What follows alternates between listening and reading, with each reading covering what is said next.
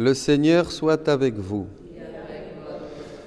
Lecture de l'Évangile de Jésus-Christ selon saint Jean. Près de la croix de Jésus se tenaient sa mère et la sœur de sa mère, Marie, femme de Cléophas, et Marie-Madeleine. Jésus, voyant sa mère et près d'elle le disciple qu'il aimait, dit à sa mère, « Femme, voici ton fils. » Puis il dit au disciple, « Voici ta mère. » Et à partir de cette heure-là, le disciple l'a pris chez lui. Acclamons la parole de Dieu. Louange à toi, Seigneur Jésus.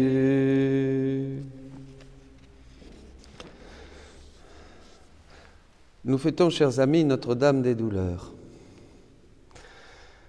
Nous avons été introduits à cette mémoire, à cette célébration par cette belle prière du début de la messe. Tu as voulu, Seigneur, que la mère de ton Fils, debout près de la croix, fût associée à ses souffrances. Accorde à ton Église de s'unir elle aussi à la passion du Christ afin d'avoir part à sa résurrection. Elle fut associée aux souffrances de Jésus. Elle a été toute consumée dans l'amour et Jésus dira à Louisa qu'il n'y a pas de sainteté sans avoir été consumée, c'est-à-dire d'être morte d'amour pour Jésus. Et c'est la grâce qu'il faut demander. Mais je voudrais profiter d'un peu plus loin dans le livre du ciel d'un passage capital pour comprendre comment Marie a été associée aux souffrances du Christ, justement, et co-rédemptrice. C'est au 23 mars 1923. Alors nous allons le lire parce que c'est magnifique. Je pensais aux souffrances de ma mère céleste. Se mouvant en moi, mon doux Jésus me dit, « Ma fille, je suis le roi des douleurs. » Étant à la fois homme et Dieu, je devais tout centrer en moi afin d'avoir la primauté sur toute chose, même sur les souffrances. Personne n'a souffert plus que Jésus, c'est le roi des douleurs, bien sûr. Les souffrances de ma mère étaient des réverbérations, les réverbérations des miennes. Les souffrances de Marie étaient les souffrances de Jésus qui se reflétaient en elle, bien sûr. Et ainsi, elle a participé à toutes mes souffrances. Ces souffrances étaient telles qu'elle se sentait mourir à chaque réverbération, à chaque reflet. Mais l'amour la soutenait et la gardait en vie. C'est ainsi qu'elle est la reine des douleurs.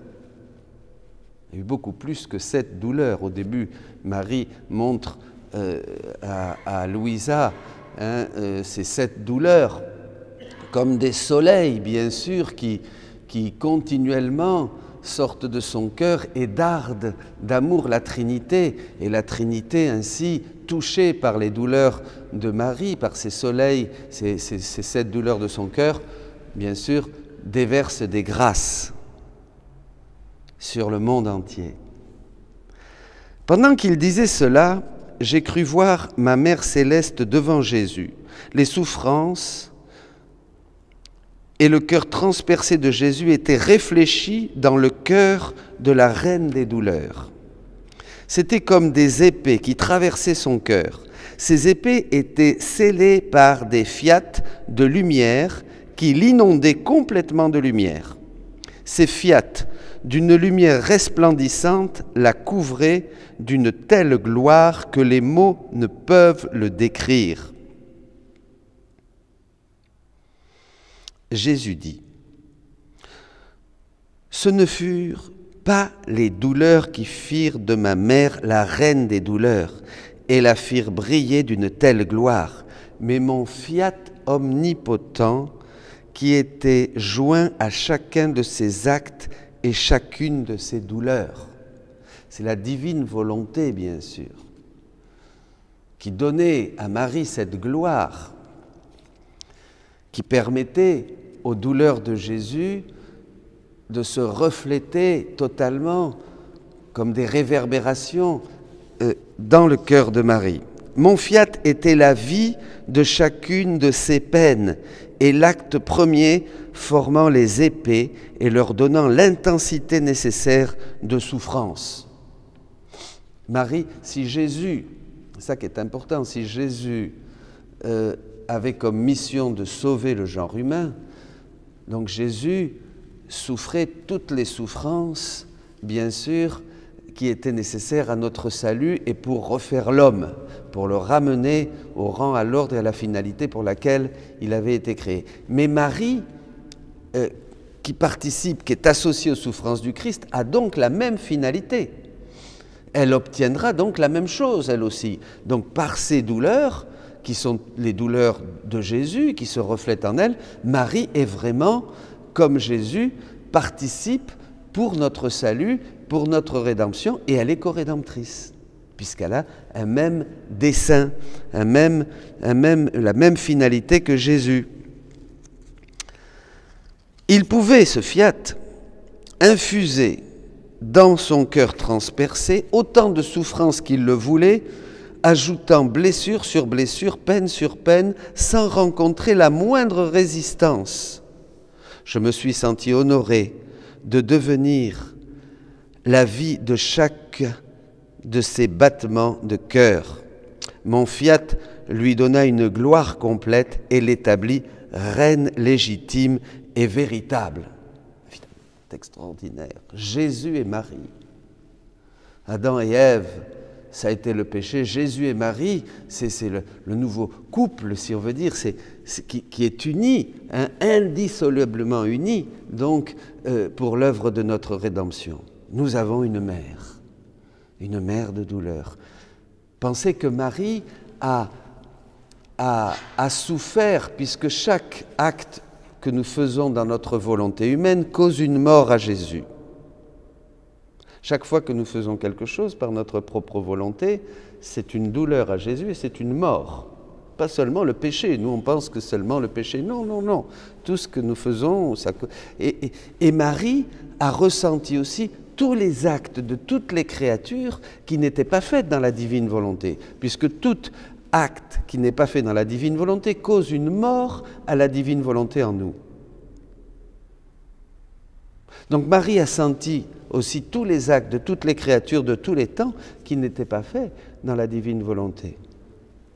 Donc il y a eu beaucoup plus que cette douleur, et une infinité de douleurs, comme voilà, les douleurs de Jésus. Quelles sont les âmes en lesquelles je peux déposer les réverbérations de mes souffrances et de ma vie? Maintenant, demande Jésus. Parce que Marie, comme dira saint Louis Grignon de Montfort, est le moule de Dieu. Donc, en fait, tout ça, c'était déjà dans la théologie de la rédemption, dans tout ce que nous avons médité à travers la vie des saints. Marie est le moule de Dieu, disait saint Louis Grignon de Montfort. Elle va nous former.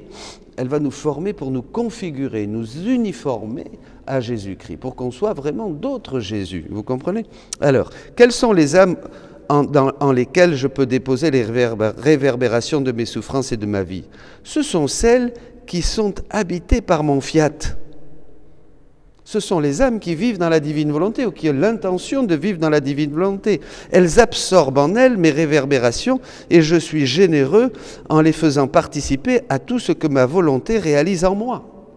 Quand nous faisons les 24 heures de la Passion, avec les intentions même de Jésus, les réparations même de Jésus, nous savons que c'est extraordinaire puisque nous dupliquons la vie et la passion de Jésus en faisant avec cette intention. Et donc, Marie, c'est ce qu'a fait Marie, avec une docilité, bien sûr, absolument unique. J'attends les âmes dans ma volonté, prête à leur accorder une gloire complète pour tous leurs actes et toutes leurs peines. En dehors de ma volonté, cependant, je ne reconnais pas les actes ou les souffrances des âmes. Ben oui, ça peut choquer. En dehors de la divine volonté, mais déjà la petite Thérèse disait, je plains, elle disait, ceux qui souffrent mal. Ben oui, parce que c'est des souffrances perdues, c'est des souffrances inutiles.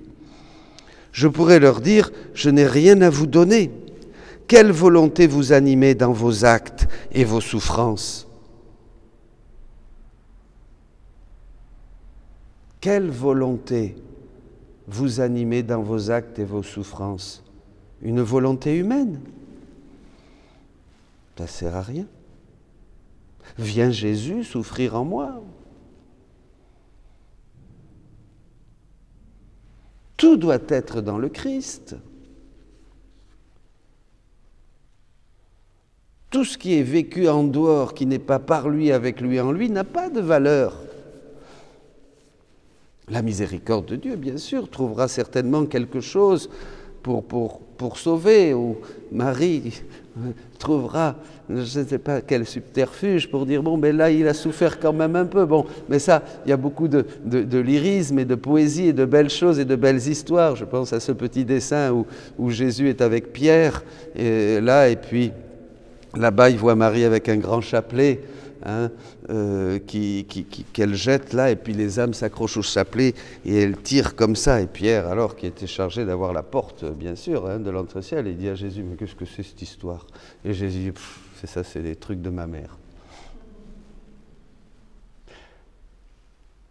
Truc de ma mère. Bon, mais voyez, bon, ça c'est pour pas qu'on sente, parce que quelquefois quand on lit ces choses-là, on dit oh là là, c'est dur. Ben oui, mais au ciel ne peut pas rentrer quelque chose qui est en dehors de la divine volonté. C'est pas possible, c'est pas possible. C'est comme mélanger de l'huile et de l'eau. C'est impossible. Il faut que ce soit la même substance. Donc rien d'humain ne peut entrer dans le ciel, en Dieu, ne peut entrer dans la divine volonté. C'est impossible. Il faut que tout soit consumé. C'est pour ça qu'il faut arriver à son néant.